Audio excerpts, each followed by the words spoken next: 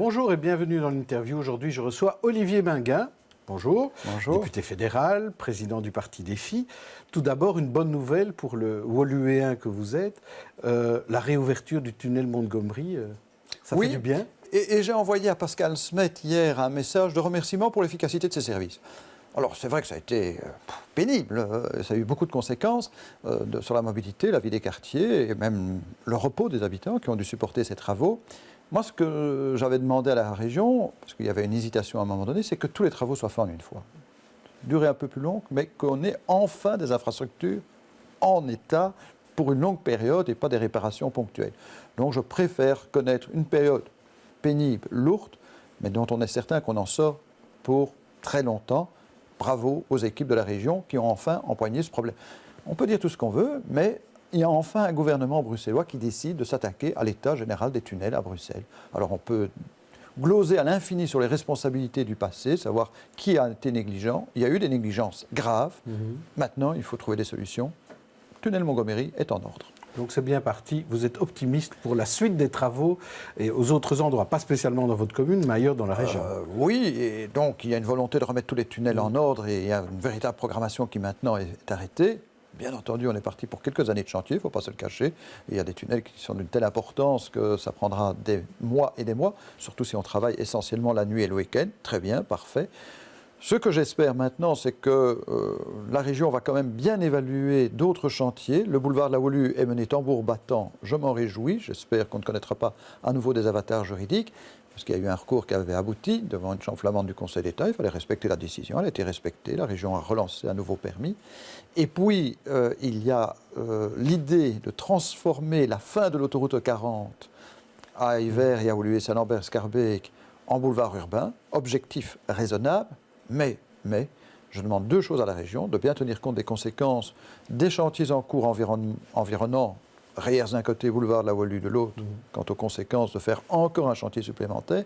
Et puis surtout, en effet, il faut empêcher cette arrivée de flots de voitures de la navette venant de l'extérieur de Bruxelles, mais alors il faut absolument créer un grand parking de dissuasion au port de Bruxelles. Moi, je le situe entre Louvain et Senockerzeel, parce qu'il faut que les voitures s'arrêtent avant d'arriver au ring. Et là, il faut avoir une ligne de tram rapide, peut-être de bus dans un premier temps, qui fasse la liaison entre un grand parking de dissuasion et la station de métro, de pré-métro plutôt, Diamant. Donc ça, on verra dans les prochains mois si cette idée a du succès ou pas. Alors, on a beaucoup parlé ces derniers jours, et vous le premier, d'état de droit, de respect de la séparation des pouvoirs, avec le visa humanitaire accordé ou non, pour l'instant non, à une famille syrienne. Mais auparavant, je voudrais que vous réagissiez à des informations d'Alep qui sont dramatiques, comme par exemple dans ce tweet des Nations Unies, où on parle d'atrocités commises contre les civils ces dernières heures à Alep, atrocités menées par les troupes gouvernementales. Alors comment réagir au-delà de cette problématique du visa humanitaire? Comment un pays comme la Belgique doit réagir? Je crois qu'il est trop tard. C'est terrible à dire. La communauté internationale, à cause du positionnement de la Russie, je dis ça pour tous ceux qui croient que la Russie est un allié potentiel. Oui, il faut parler avec la Russie, mais il ne faut pas accepter que la Russie soit l'allié d'un régime aussi barbare que celui de Bachar el-Assad. En somme, on a affaire à deux menaces barbares. Le régime syrien en place et Daesh. Ils sont à égalité d'armes, si je puis dire, dans la barbarie. C'est terrible. Et quand on n'a jamais trouvé de troisième voie, finalement. Non, parce que, nous ne nous le cachons pas, l'Union européenne est évanescente. Et les États-Unis, lorsqu'il y a eu l'utilisation d'armes chimiques par le régime de Bachar el-Assad, n'ont pas voulu réagir. C'est à ce moment-là qu'il fallait sans doute signifier qu'il y avait une capacité de riposte militaire. Ah, je reconnais que c'est très dur de dire qu'on va réagir dans ce genre de situation sur le plan militaire, mais vous savez, s'il n'y a pas à un moment donné le courage d'affronter des régimes d'une telle barbarie et qui finalement sont la cause de la montée de Daesh. Il ne faut pas se tromper. La montée de Daesh, c'est les régimes dictatoriaux de cette partie du monde. Ils se renforcent mutuellement. Et donc, il faut avoir la même volonté à l'égard de l'un et de l'autre. Alors, revenons chez nous, avec le gouvernement qui refuse, donc Theo Franken et le gouvernement derrière lui, qui refuse d'accorder ce visa humanitaire malgré une décision de justice. Vous dites que l'État est laxiste. Pourquoi? Écoutez, si chacun peut décider de la décision de justice qu'il veut bien exécuter ou pas, Si chaque justiciable va devant le juge et puis dira après, mais vous savez, vous ne m'avez pas rendu la décision que j'attendais, et donc je ne l'applique pas, c'est la pagaille juridique, c'est le désordre, c'est le laxisme, c'est l'incitation à la fraude. Mais on attend quand même des gouvernements qui montrent l'exemple, qu'eux-mêmes respectent les décisions de justice. On peut les contester. Moi, je ne conteste pas le droit du gouvernement à aller devant la Cour de cassation. Et si demain la Cour de cassation donne raison au gouvernement, l'arrêt de la Cour de cassation s'imposera à tous. Et il ne faudra pas que l'autre partie dise « Ah, mais moi aussi, je considère que finalement, je n'exécute pas une décision qui ne me convient pas. Donc c'est assez absurde la position du gouvernement. Ça déforce son argumentation sur le plan juridique. S'il a raison, mais il aura gain de cause facilement devant la Cour de cassation, entre-temps qu'il exécute la décision qui lui est imposée par l'arrêt de la Cour d'appel de Bruxelles pour une famille. Et contrairement à ce qu'affirme la majorité gouvernementale, ce n'est pas un appel d'air, ce n'est pas la porte ouverte, ce n'est pas vrai, c'est un mensonge que de dire ça. Comment on peut assurer que ce n'est pas un appel d'air? Ce n'est pas un appel d'air parce que le visa humanitaire qu'a demandé cette famille, c'est une faveur, ce n'est pas un droit, ce n'est pas une obligation en effet de le délivrer. Mais bien entendu que quand vous refusez de le délivrer, il faut motiver le refus de délivrer. Et en effet, là, il peut y avoir un recours pour voir si la motivation est fondée ou pas. Et pour pouvoir obtenir un visa humanitaire, il y a dans la pratique, peut-être qu'on pourrait mettre ces conditions dans la loi, mais dans la pratique, l'Office des étrangers met des conditions. Il faut d'abord qu'il y ait une véritable situation d'atteinte à la dignité des personnes, un véritable risque pour leur intégrité physique, voire pour leur vie. On peut difficilement nier que dans le cas présent, cette condition est établie et qu'elle est urgente. Et puis, il faut aussi avoir la garantie que ces personnes qui arriveraient en Belgique soient prises en charge par une famille d'accueil, que donc ces personnes ne soient pas à charge du budget de l'État. Donc, fondamentalement, il y a une famille qui se propose et qui donne des garanties financières qui doivent être vérifiées. Donc, c'est finalement des cas très limités, parce qu'il n'y a pas aujourd'hui des dizaines et des centaines de milliers de familles qui se proposent. C'est une tempête dans un verre d'eau pour vous? Je trouve qu'il est déplorable que le Premier ministre ait permis à la NVA de faire du muscle pour plaire à un certain électorat sur cette question, alors que l'on sait très bien que c'est un cas relativement isolé, que ça ne sera pas un appel d'air. Comme je dis, il n'y a pas des centaines de milliers de familles en Belgique qui se proposent d'accueillir, de financer, et pas plus qu'il y a des centaines de milliers de personnes qui pourraient aujourd'hui invoquer une demande en extrême urgence. Ça a été une longue procédure, ça ne s'est pas fait.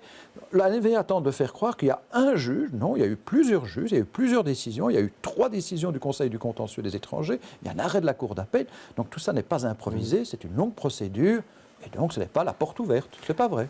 Pour revenir sur la séparation des pouvoirs, il y a quand même des cas d'affaires judiciaires qui touchaient notamment la périphérie. Je pense à ça, parce que le défi et FDF avant étaient toujours en pointe là-dessus. Il y avait des chambres flamandes qui avaient des décisions, et vous les avez toujours vues comme partisanes, ces chambres flamandes. Est-ce qu'il n'y a pas 2 poids 2 mesures? Pas du tout, parce que chaque fois, nous avons accepté d'abord les décisions, même si on les contestait, et puis nous avons été en recours, et nous avons gagné.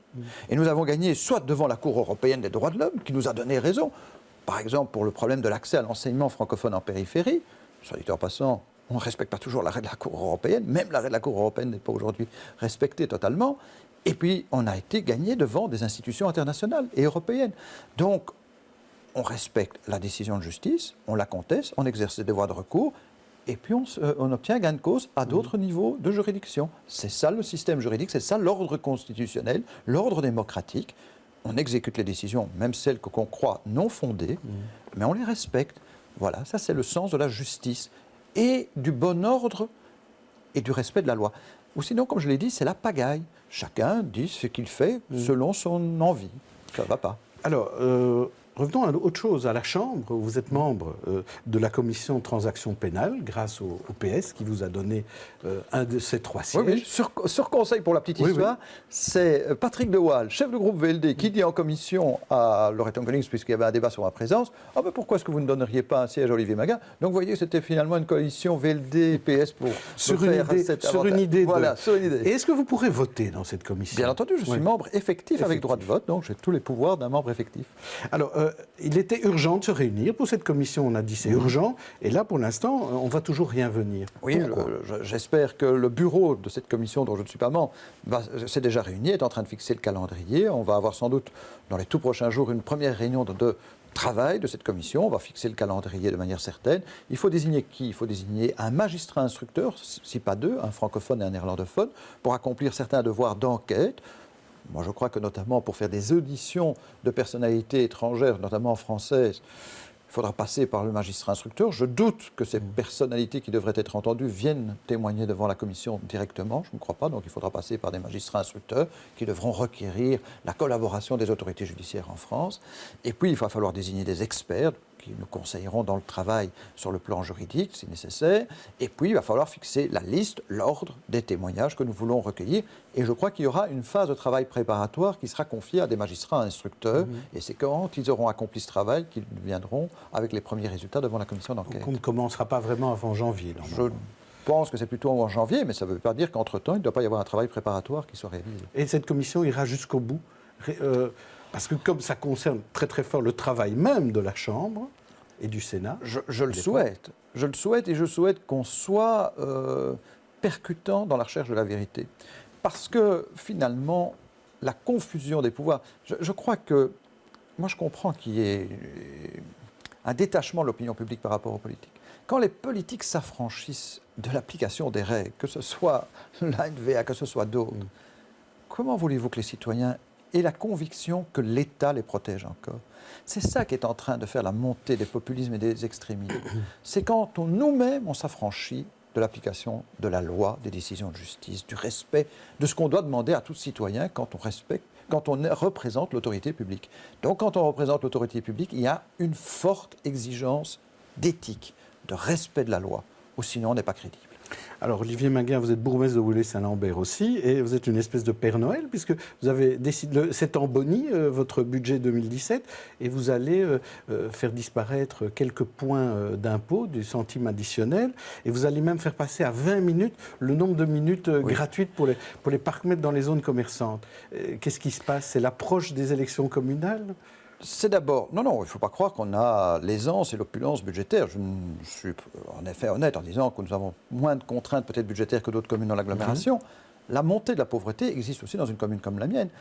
Vous savez qu'en 5 ans, depuis 2012, la dotation accordée au CPS est passée d'un peu plus de 8 millions à plus de 12 millions. Donc ce n'est pas des augmentations moindres, c'est plus de 50% d'augmentation de la dotation du CPS. Même chose pour les zones de police. Donc nous devons aussi compenser quoi? Nous devons compenser les mesures qui ont été prises au fédéral et qui sont très lourdes pour le fonctionnement. Tout ça laisse un petit boni. Et malgré cela, parce que nous sommes soucieux du pouvoir d'achat des ménages, parce que l'on sait que les temps sont difficiles par la montée de cette pauvreté et de cette réduction, on a décidé de réduire l'impôt des personnes physiques. Nous aurons le taux le plus bas à Bruxelles, 5,7% au lieu des 6%. Nous avions déjà un des taux les plus bas.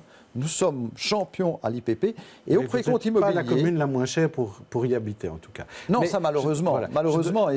Mais justement, c'est une des raisons pour lesquelles on diminue.